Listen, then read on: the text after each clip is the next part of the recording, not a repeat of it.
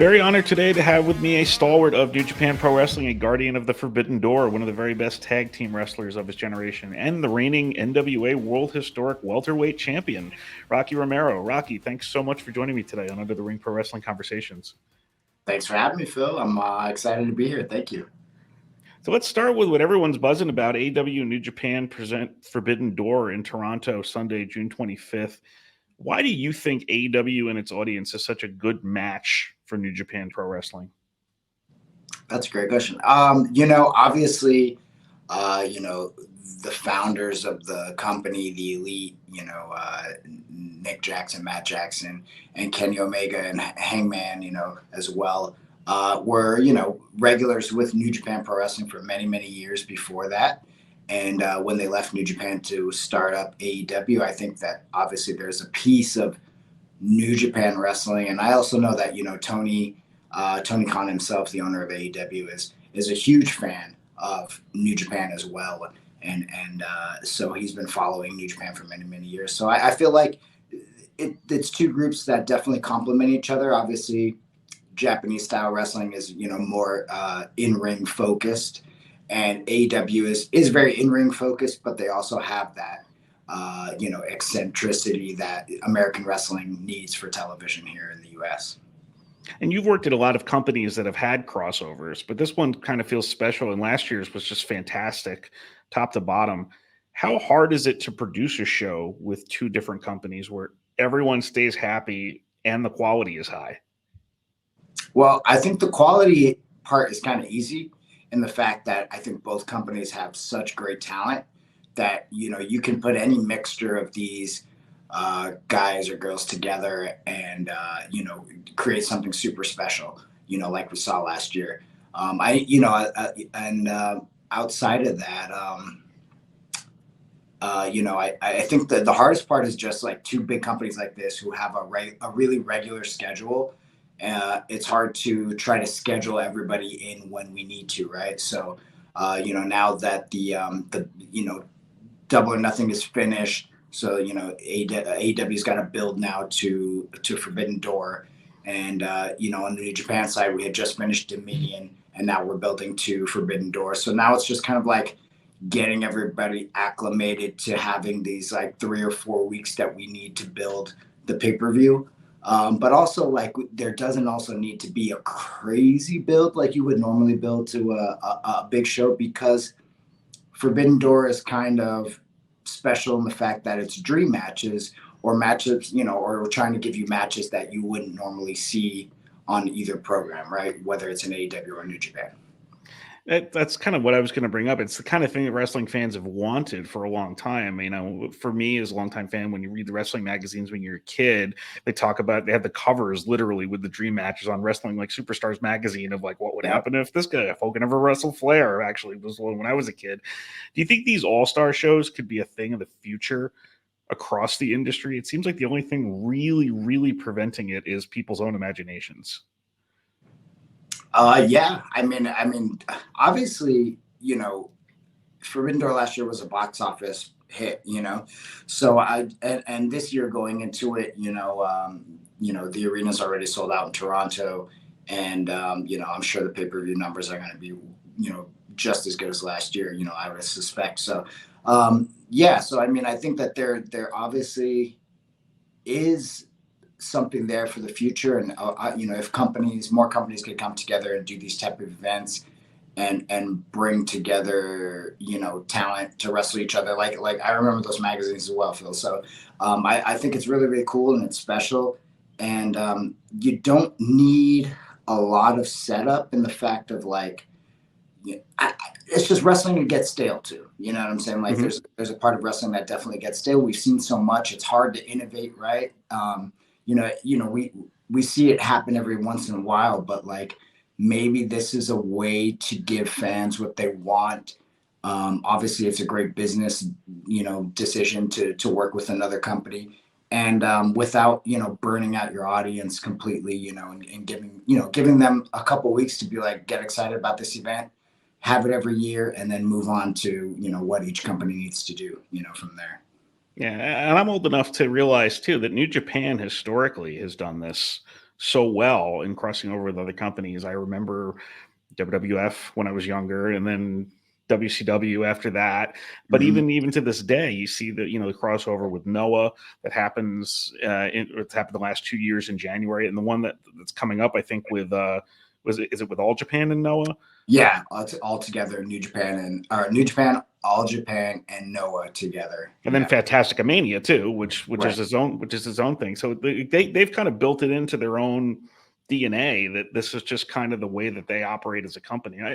It's encouraging for me, but just because you said wrestling can get very uncreative very fast, Mhm. and if you throw some new wrenches into the mix, it could be a lot more fun. Have you enjoyed it as a performer, getting to, because you've been crossing over all over the place? Yeah, I mean, last night I was in Colorado Springs with AEW, and it was me and best friends against Claudio Castagnoli, John Moxley, and Wheeler Yuta. So I mean, that was a match that I've never had. I've wrestled Claudio 15 years ago, wrestled Mox for the first time just recently a couple weeks ago, and then wrestled with Wheeler like a year ago or so. So it's kind of cool to get them all together, and especially this version of them. I'm such a big fan of what Blackpool Combat Club is doing. So it's cool to get in there and mix it in with them, on Dynamite. Can you talk a little bit about what kind of a role you played in pulling some of this together last year behind the Yeah. scenes? Yeah. I mean, it all started out with the text that I sent Tony. I was, I don't think I was traveling or something, and I kept thinking like, man, I think it would be cool if we tried to do something, and I think that we could pull it off. And so I sent a text to Tony about, do you think that we could pull off a super show type of thing? And he said, yeah, I would love to, and immediately started sending me back ideas for matches and stuff. And I said, I think like maybe this is possible. Even these what you're sending me right now, I feel like it's possible. So and the idea too was like, it doesn't, it's Forbidden Door, but not every match needs to be a crossover match. I mean, we could have storylines from each company and present them on the show. It's just the collaboration is there, right? Right. So I went back to New Japan, and I talked to them, and I said, hey, I talked to Tony, and there's this crazy idea, and he thinks he can pull it off in the United Center, and I said, well, here's some ideas. Here are my ideas. And, they had some great ideas, obviously. So we all kind of sat down and we were like, okay, I think we can do this. Let's see if we can iron it out. And, where the lawyers are able to pull it together. And here we are. And it was a very successful show. And we're doing number 2. And, it's early, but I would say that there's definitely going to be a number 3, I would think. So, I feel that as long as it stays successful, and there's matches that people want to see, and the collaboration between two companies, I think that it's just a money idea. Well, congratulations on pulling that off. It's been great for the fans. I'll say so. The matches announced so far are a rematch of one of, if not the best match of this year, with Kenny Omega against Will Ospreay for the U.S. Championship, and also a first-time ever match between Bryan Danielson and Kazuchika Okada. Any analysis from you on those matchups that you can provide? I mean, for me, I was in the Tokyo Dome earlier this year in January, and I watched Will and Kenny the first match, and I mean, not only what is it like one of the greatest matches of this year, it's probably one of the greatest matches I've ever seen in my life. And the other one was watching Omega and Okada, 1, then 2, then 3. So like, so I'm obviously a big fan, and of course I'm biased because I love New Japan wrestling, But in my opinion, what those two can possibly do in Toronto is going to be magical, especially in front of that crowd. Who obviously it's going to be a great like Canadian crowd, but it's also going to be a lot of fly-ins from all over the world. So I mean, we're talking about fans, super fans of professional wrestling, and last year at Forbidden Door United Center, I mean, that was one of the greatest crowds I've ever been in front of. They were so excited about what we were doing. So I can only imagine what it's going to be like. and then Danielson versus Okada. I mean, what a money promo from Danielson right off the bat, saying what he said about, Okada, you call yourself the Rainmaker. Well, there ain't gonna be no rain. This is a desert, and there ain't gonna be no rain. So I don't know. It was very cool. It was a very surreal moment watching it, unfold in Osaka. And yeah, I mean, I expect that it's probably going to be one of the greatest matches we've ever seen between literally the top, five wrestlers in the world right now, and Danielson and Okada. So, and then you've got Osprey and Omega, I mean, like we're talking like top 10 wrestlers in the world. And those top two matches are headlining this pay-per-view. And really all-time greats that you're seeing in Yeah. a double main event of one card, which is remarkable in itself. I'm probably not the person because I've been watching New Japan on and off pretty well since Omega versus Okada first caught my attention. But for the American viewer that only catches Pure Resu when it's brought directly to them, what do you think is the most appealing part of New Japan Pro Wrestling for an American fan? So I think I think what New Japan brings to the table, especially an event like Wrestle Kingdom, it does feel super special. Obviously it's in a huge building, it's in a dome, and it feels, like a WrestleMania type of feel, and I don't think that there's very many wrestling shows that really have that kind of atmosphere. And then also the way it's shot as well, just like it feels like you're watching boxing, professional high level boxing as opposed to, professional wrestling in a way, because it's definitely shot so differently. And then once you kind of see that, then you kind of see the wrestlers and the characters unfold. You see how athletic it is. You see how the drama is built, in the matches between the opponents. And then finally, yeah, like, there's nothing like a series of the last stretch of a New Japan Pro Wrestling like title match, something like Okada and Omega. I mean, it's just like incredible. The crowd is screaming at the top of their lungs, and we've got such a diverse fan base in Japan where like, wrestling fans can be, women dressed up, in Gucci shoes and handbags, to a guy who just got off of work and like is just running over to the arena to make it in time. So yeah, I don't know, I think it's just a really, really special thing, Japanese wrestling, and the way they present it and the details are just really awesome.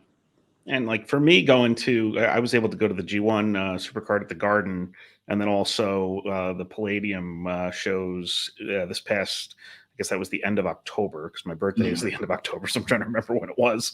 But for me, it was always appealing to me to be able to see like the true Japanese talent, like some of the American guys, like I've seen and I know and everything like that. But like being in those buildings when Kaze Ninare hits and Minoru Suzuki walks out with a towel on his head is just it's an unbelievable feeling. Like, Yeah. And you don't get that in America. No, it's very different. Very different. Yeah. But it's also cool to watch how, the American audience has taken it in, like the fans that know how quickly it catches on. And I don't know. Yeah. Like for Kazuni Nare, when Minoru Suzuki walks into a room, into the arena, like, I don't know. It's just really, really cool. And Suzuki has sent me videos where he's all over the world, and he shoot me a clip where he's like, just baffled by it every time, like it starts in America, but like sometimes in Mexico they'll do it, or like, in England, and it's just really, really cool. And I think it means a lot to the Japanese wrestlers to have that impact outside of Japan. Yeah, and I think Ishii kind of gets a similar response kind of from the American crowds who have followed him a little bit too. Yeah. What's it like for you even seeing New Japan run cards in the US now? Did you ever think you'd see that? I mean, yeah. I mean, that was always like the hope to see New Japan run. I mean, now that it's a very regular schedule, where we're doing 3 to 4 shows, major pay-per-view shows here, and as well as doing some touring with some smaller events with our New Japan Strong uh, um, uh, version of New Japan here. Well, New Japan of America is New Japan Strong. So it's been really cool to kind of see the growth of New Japan in America. We've got a dojo out in Los Angeles where we're looking for the next generation of professional wrestlers to bring into Japan, and New Japan Strong here in America. So it's been really cool just to see the growth over the years, and this is just the beginning. And now that things are back to normal in Japan, and crowds are fully open, and all the restrictions that we had for almost 3 years are done with. I think New Japan is just going to get much stronger domestically in Japan and internationally here in America. In researching for this, I believe I first saw you wrestle in person as a member of the Havana Pitbulls in Ring of Honor in Elizabeth, New Jersey, around 2004 or something like that. Wow, And then, my age. what's that? Showed your age and mine. Yeah. But, I realized too, like at that time, so you were trained in the original LA dojo also. Yes. And that was with Inoki. Yeah. So New Japan had opened a dojo in Santa Monica, California, and basically it was like at the order of Antonio Inoki. Like he was in Los Angeles a lot at that time, going back and forth from Tokyo, but from primarily living in Los Angeles. So he wanted a dojo there because I think he was a brilliant man, and he could see the future, and his idea is now what's kind of the concept of what we're doing right now. So like he wanted a dojo, and he felt like that could be the heartbeat and the center of New Japan going forward if they could cross over internationally into America. But by that time, the world, the world wasn't, was a big world at that point, because didn't become the small, like so accessible and easy. Right. When streaming and everything came, into fruition. So, he was ahead of his time, and he was right. But it just happened, 20 years later or so. But yeah, and I trained there with, Brian Danielson, Samoa Joe, Ricky Reyes, TJP. We were all part of that original first class of the LA dojo.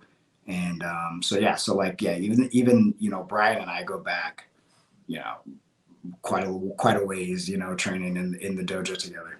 Was that Lyoto Machida back then too, or? Lyoto Machida was there. Shinsuke Nakamura was there. That place was crazy. Like any day, at any time, somebody would just show up. So like, China, Joni Lauer would come in when she was working with New Japan, and she'd be training jiu-jitsu with us and bringing us donuts. Then the next day Josh Barnett would show up, and he'd be teaching us how catch is catch hand wrestling, and then Ken Shamrock would show up and show us how to do leg locks. I mean, it was such a wild time because Inoki would come in quite a bit.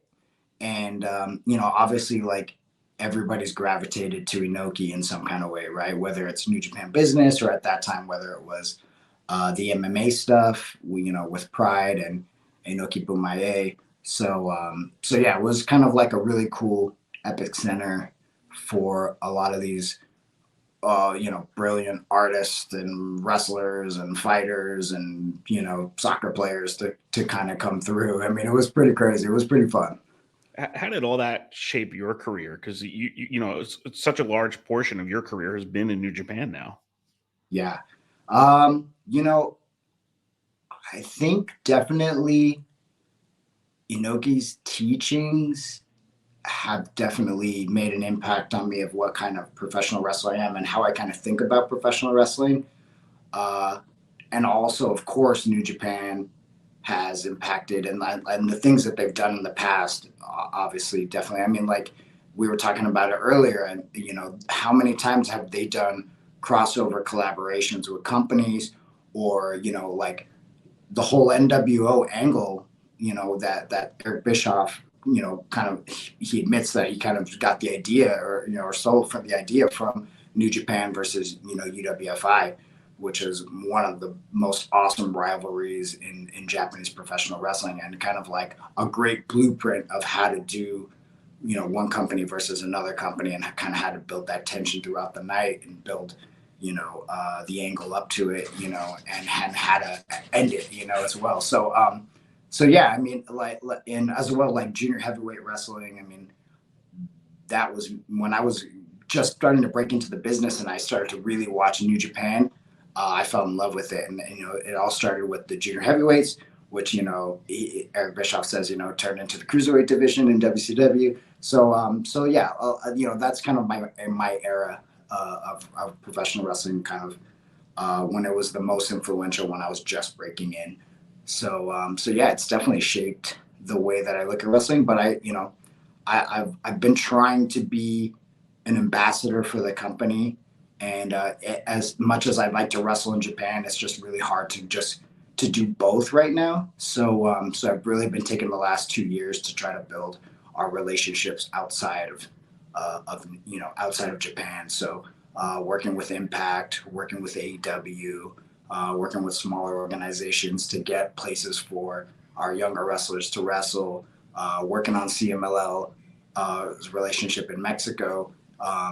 So that's kind of been the thing that I've been trying to do and help. And I think that all kind of stems from, the Inokiism and New Japan in general. Let's talk about the CMLL thing a little bit. You've been somewhat of a globetrotter, mentioned all the different places that you've been on behalf of New Japan, but you have this rivalry going with Volador Jr. and CMLL that sounds pretty interesting.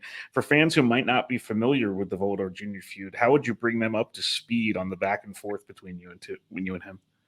So it's kind of an old rivalry. Like one of the first big moments in my career was New Japan sent me on an excursion to Mexico back in 2003. In 2003, there was another guy named Volador Jr. who we ended up kind of creating a small rivalry between the both of us. And then it kind of like we wrestled for the first ever Super Ligero Championship. I ended up winning it. Ended up losing it to another guy like 6 months later, and then that was it. We didn't really have any interaction, a little bit over the years, like in a New Japan type of setting, a 6-man or 8-man or something, but like never really had that rivalry kind of continue. But CML reached out to me about coming back in for the Grand Prix last year. So I didn't know that I was gonna kind of be going into this rivalry with Volador, but every question I kept being, like when I did like a media scrum, and everybody kept asking me about Volador, and like in 2003, and they were asking me. So then I in that immediate, like, my instinct was, well, they want to see me against Volador, so I'm gonna go in on Volador. And I did. So about for 30 minutes of the media scrum, instead of talking about the Grand Prix, I just started talking crap on Volador, and it worked. Which he was not really happy about, and so we kind of started going back and forth, and it kind of turned into, it's a very like thing in Mexico to say, oh, I own you, basically, like I got you, so but to say it would be like, yo soy tu papá, like, so I say like, oh, I'm Volador's dad, Right. But take it even kind of further, I started calling him, his real name is Ramon, so I started calling him Little Ramon, which is Ramoncito. And then it just kind of like got crazier and crazier with this thing, like it ended up being his birthday. So this is stuff that never happens in CMLL because they're such like an old school traditional lucha libre company. So it's not like the WWE where like anything could happen, and like cars blow up and crazy thing, so like me coming, I brought a cake to Arena Mexico right before a match, and I got the whole crowd in Mexico, like 10,000 people, to sing happy birthday in English to Volador. And then and just like crazy stuff like that. I started to try to bring an American influence into it, but without but still staying like grounded and rooted, so that it wasn't like hokey or like so over the top that the fans wouldn't buy it. You know, Yeah. there was like that realism.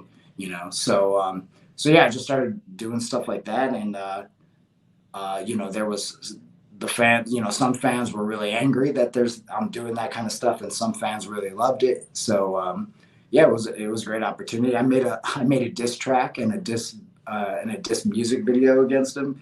I mean, it was just classic, you know, Fun, Rocky Romero professional wrestling. fun stuff within the tradition of the longest running, I think, wrestling company in the Yeah, world. I think is I think it's like CMLL. 90 years or something like That's that. that got to be number one because I can't think of Yeah, anybody else around then. no, Continuously. no. Um, how much did you learn being under the legendary Black Tiger persona, and how did you grow kind of as a performer in that role? Um, yeah, you know, what an honor. I couldn't believe that they had asked me to become Black Tiger. You know, my favorite wrestler of all time is Eddie Guerrero. So to be connected to him in some kind of way through that lineage and a legendary character like Black Tiger, was just kind of like, what, me? Are you sure? You know, I had asked like about 4 times, but no, it was really cool because, like I said, I was such a big fan of junior heavyweight wrestling and you know the idea of it in New Japan and the Super J Cups and all that, you know, in the 90s. So and early 2000s. So I really wanted to do something special for it, you know. So like, and it was also like a great learning, like just like a learning tool because I was always kind of like Rocky Romero for my whole career.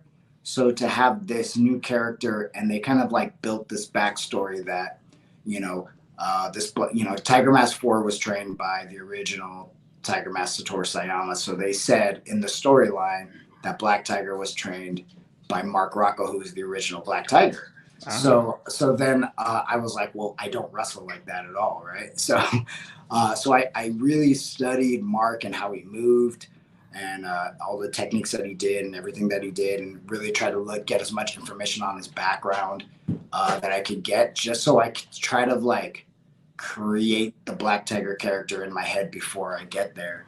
And then I had to like retrain myself of the way that I move in the ring and the ways of that he would drop an elbow drop or whatever, and speed up and slow down and like all the little things that he would do. I tried to like mimic them so that I would have those characteristics, kind of like Tiger Mask 4 had for the original Tiger Mask. So it was cool because it was a really big challenge in that aspect of, um, you know, creating a character kind of from scratch with having just certain points, and then you know, being successful with it was just the cherry on top. outstanding. So we're going to move on to something we call the 3 count now. It's going to be 3 quick questions and your answers. Okay. What is your favorite theme song that you have performed, and what's your favorite theme song that you were not the performer on? So favorite theme song that I have performed, probably, it's a toss up between Rapungi Vice and my new one, Dale Azúcar. But I'm gonna go with Rapungi Vice because it's the original. And then one that I have not done, probably Okada song. When that you hear the coin drop, Yeah, it's pretty good. it's pretty good. Yeah. So next question. You've been in many great tag teams over the course of your career, Havana Pitbulls, No Remorse Corps, Forever Hooligans, Rapungi Vice. Who's someone in wrestling, past, present, or future, who would make a fun tag team with Rocky Romero? Man, Eddie Guerrero and I would have been awesome, I think. You know, like him and Chavo were great for sure. But you know, and I definitely think it would have played it somewhat like that out. You know, the chemistry between him and Chavo. But yeah, I would have loved to be able to have wrestled or teamed with Eddie. That'd be incredible. Did you ever run across him early in your career? So no, unfortunately not. So like that time where he was out of the WWE, we never crossed paths, and there was only one time I told this on Jericho's podcast. I met him and Jericho one time in like, I think it was like 90. I want to say like 96 or something, or 94. It was whenever they had that Halloween Havoc match between him and Ray. Oh, okay. It was like the Monday after they had Monday Night Nitro, and I just ran into them at the New York in the arcade. And I was maybe like 15 or something, 14 or 15, and I ran into him and Jericho, and I asked them both for autographs. Jericho was so nice, he gave me an autograph, and I asked Eddie for an autograph. I said, Eddie, you're my favorite wrestler. Can I get your autograph? And he goes, no, and just walks away. So then Jericho looks at me, and he could see my face, my jaw was like on the floor, like what? And Jericho goes, give him like 5 minutes and come back, and I bet you he'll give you an autograph. So I went and like stalked them for 5 minutes, like from afar, just waiting to be like, all right, when is it 5 minutes? And I ran back up to him. I said, please, Eddie, like you're my favorite wrestler. Can I just please get your autograph? He's like, fine. And he Nice. gave me the autograph. Jericho kind of looked and smiled at me, and then I walked off. And then, yeah, so I like talking to Jericho after I guess like Eddie was on a brand new diet and he wasn't eating carbs and he was very miserable. So he didn't really want to be around anybody besides Jericho. But yeah, that was the only time I got to interact with him. And, just like, I don't know, it's a cool story for me now. Like, really, yeah. I think my last 3-count question, I probably know the answer to already, but aside from yourself, who was your favorite Black Tiger? Oh, yeah, Eddie was good. Mark Rocco was good too, though. Yeah. I was going to say on the honorable mention, but it's got to be the guy you basically based your own persona on, I would think. Right. And just as a bonus question, something I was just thinking of, you've been literally everywhere. What is the closest you've ever come to wrestling a match in WWE? So, okay. So they really wanted me for the Cruiserweight Classic. And I was in between, or about to be in between contract. I think I was in between contracts, and we were renegotiating mine. And WWE was very interested. They wanted to offer me the Cruiserweight Classic, and then they wanted to offer me a coaching position. So, and I think that if they didn't offer me the coaching position and they just offered me the Cruiserweight Classic, then I probably maybe would have waited a little bit longer to re-sign with New Japan, and I would have done that. But them offering me the coaching position made me feel like they didn't want me to wrestle, so that it wasn't maybe going to go very far on the Cruiserweight. So I decided to not take it and re-sign with New Japan. Yeah, and then you've already had so many years of wrestling since then and still going. Yeah. So yeah, I mean, I feel like the last like 2 years have been, some of my best years in the business. So like, I'm glad that I did not take the coaching deal. Now for sure. Very good. Well, Rocky Romero, thank you so much for joining me today on Under the Ring Pro Wrestling Conversations. I've really enjoyed this. Just to remind everybody, Forbidden Door in Toronto, Sunday, June 25th. Thanks so much, and good luck with everything you've got coming up. Appreciate it, Phil. Thanks for having me.